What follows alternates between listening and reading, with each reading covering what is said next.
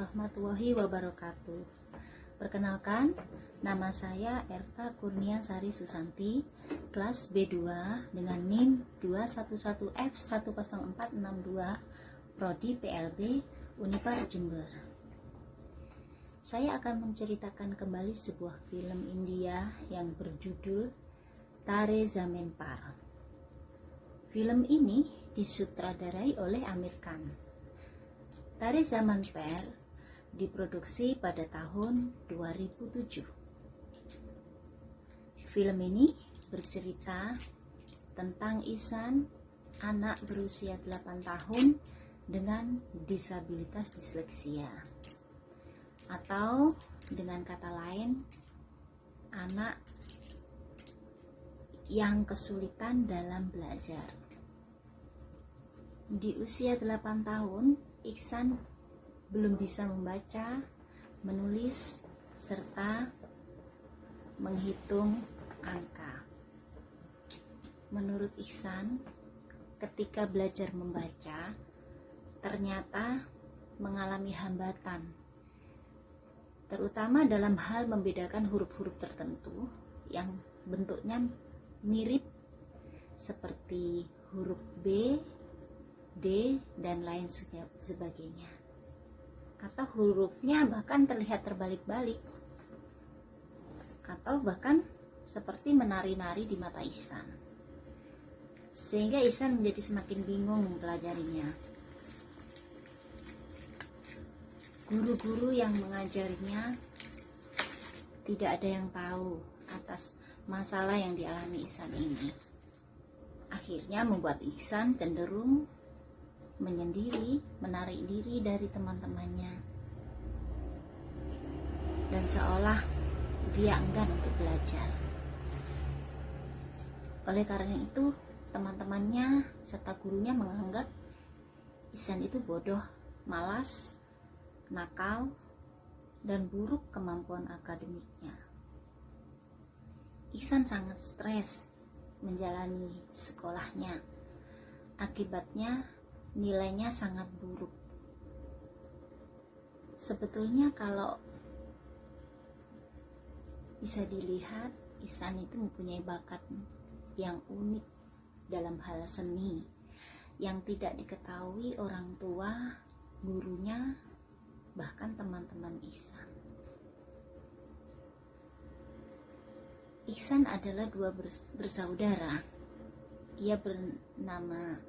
Dia mempunyai kakak bernama Johan yang sangat pandai dalam hal akademik, dan dia juga menjadi pemain tenis yang berprestasi. Johan sangat baik dan perhatian pada Ihsan. Oleh karena perbedaan itulah,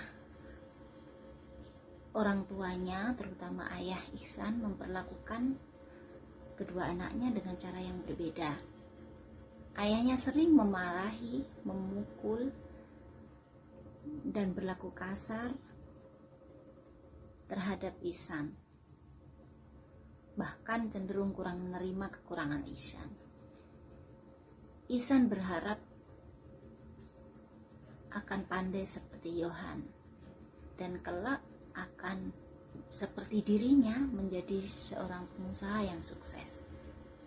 Berbeda dengan ibunya, dia sosok wanita karir yang memilih meninggalkan profesinya demi kedua buah hatinya, agar ia fokus dengan mereka.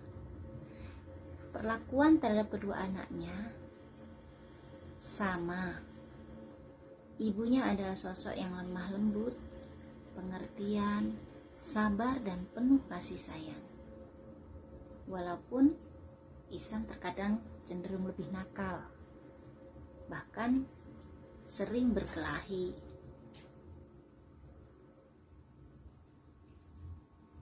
Tentang akademiknya, Ihsan juga sangat buruk.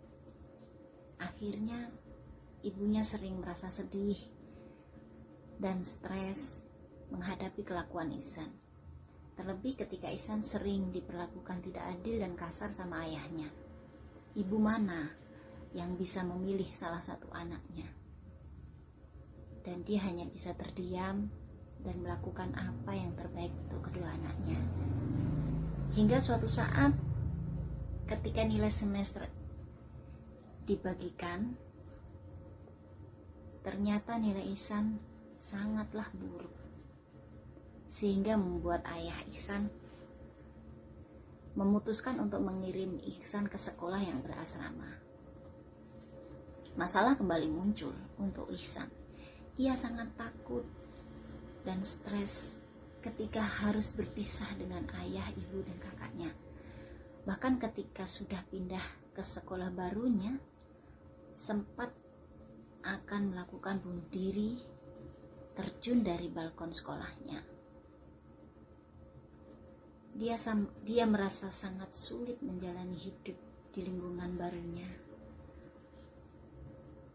Untunglah Ihsan kemudian dipertemukan dengan teman sebangkunya yang banyak membantu dan menghibur dirinya di saat dia tidak nyaman. Dan Ihsan dipertemukan dengan guru yang sangat peduli, yang sangat membantu, karena dia sendiri pernah mengalami hal yang sama dengan Ihsan. Namanya Pak Nikam. Di waktu kecilnya dia juga mengalami disabilitas disleksia. Bahkan ia juga mengalami hal yang sama seperti Ihsan. Tidak dipercaya bahwa Pak Nikam bisa menjalani kehidupannya sampai sekarang. Maka dia tidak ingin Ihsan menjadi putus asa seperti dirinya dulu.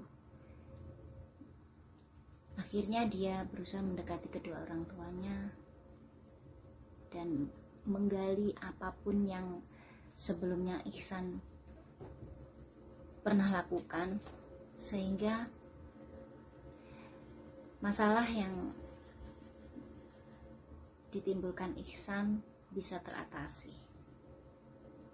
Akhirnya dengan kesabarannya dan trik-trik mengajarnya yang sangat membantu Ihsan untuk bisa kembali percaya diri. Hal tersebut tidak mendapat tanggapan yang baik dari kedua orang tua Ihsan. Bahkan terkesan tidak mendukung. Tapi berkat kegigihan Pak Nikam, perlahan Ihsan mulai berubah. Beliau berusaha untuk masuk ke dunia Ihsan dengan mengganti cara belajar Ihsan dengan caranya yang unik. Singkat cerita, di akhir semester Pak Nikam mengusulkan untuk diadakan lomba melukis untuk guru dan siswanya. Masalah baru muncul lagi saat Ihsan tiba-tiba menghilang beberapa waktu ketika perlombaan telah dimulai. Tapi dengan penuh keyakinan, Pak Nikam menunggu kedatangan Ihsan. Dan akhirnya dia muncul dan segera disambut antusias oleh gurunya. Disodori kertas untuk menggambar. Kemudian keduanya larut dalam imajinasi seorang disleksia.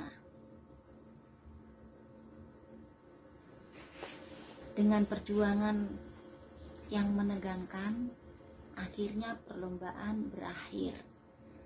Dan pemenangnya adalah Pak Nikam sebagai guru dan Ihsan pemenang siswanya. Kemudian keduanya mendapatkan penghargaan, yaitu hasil karya Pak Nikam dijadikan sampul pertama dan hasil karya Ihsan dijadikan sampul belakang rapot tahunan. Dan yang lebih melegakan adalah nilai Ihsan sangat memuaskan. Ketika penerimaan rapot, dan tiba musim liburan, Ihsan dijemput keluarganya. Ayah dan ibunya tidak menyangka Ihsan bisa berubah. Dan di akhir cerita, akhirnya mereka bangga terhadap Ihsan dan menerima kekurangan Ihsan menjadi suatu kelebihan. Perpaduan antara alur tokoh, suasana latar, dinamika, konflik yang tersaji dalam film ini membuat para penonton hanyut dalam cerita itu. Selain itu, film ini juga syarat akan pesan-pesan yang menyuarakan pesan moral bagi pemirsanya, karena secara tidak langsung film ini ingin mengedukasi masyarakat agar memiliki sikap peduli, peka, dan berwawasan luas terhadap segala keterbatasan dan kelebihan seseorang seperti Ihsan. Selain itu, film ini juga menghimbau kepada orang tua agar senantiasa menjalin komunikasi yang erat untuk anaknya dan memberi dukungan yang sepenuhnya apapun kondisi anak tersebut. Ada juga amanat untuk para pendidik, hendaknya lebih peka, sabar, ikhlas dalam mendidik anak-anak mereka. Karena kita tidak tahu bakat apa yang ada dalam diri mereka kalau kita tidak peka terhadapnya. Teruslah berjuang para guru dengan tulus. Jadikanlah anak seperti Ihsan mendapatkan perhatian yang sama dengan anak yang normal lainnya. Dan satu lagi, bagi penonton atau masyarakat yang menyaksikan film ini, perlu tahu sedikit tentang ciri-ciri anak dengan disleksia.